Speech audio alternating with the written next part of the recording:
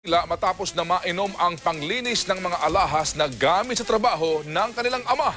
Nagpapatrol si Sheila Junicio. Isinugod kahapon dito sa Family Clinic Hospital ang magkapatid na sina Kizly May Navarro, 5 taong gulang, at Kyla May, 3 taong gulang.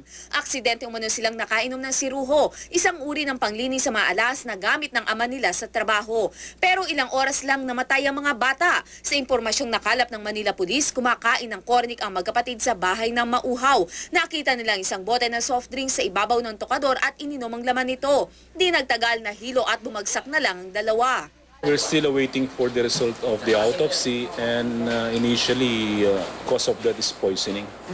Pero hinihintay pa rin ng mga pulis ang report ng NBI upang makumpirma ang ikinamatay ng mga bata.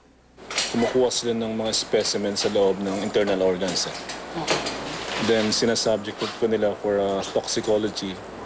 Sa burol na magkapatid, pinigilan ng pamilya ang news team at iba pang media. Maliraw kasi ang lumabas na istorya sa mga dyaryo. Iba. Dahil nagkakaat kami, dahil sisira pangalan namin. Siya sa lala. Sir, Meron. hindi, tanong ko lang po.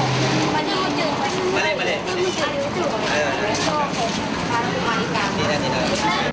Ayon sa pulis, sasampahan nila ng kasong reckless imprudence resulting in homicide ng mga magulang ng mga bata kapag napatunayang nagpabaya ang mga ito. Sheila Junicio, Patrol ng Pilipino.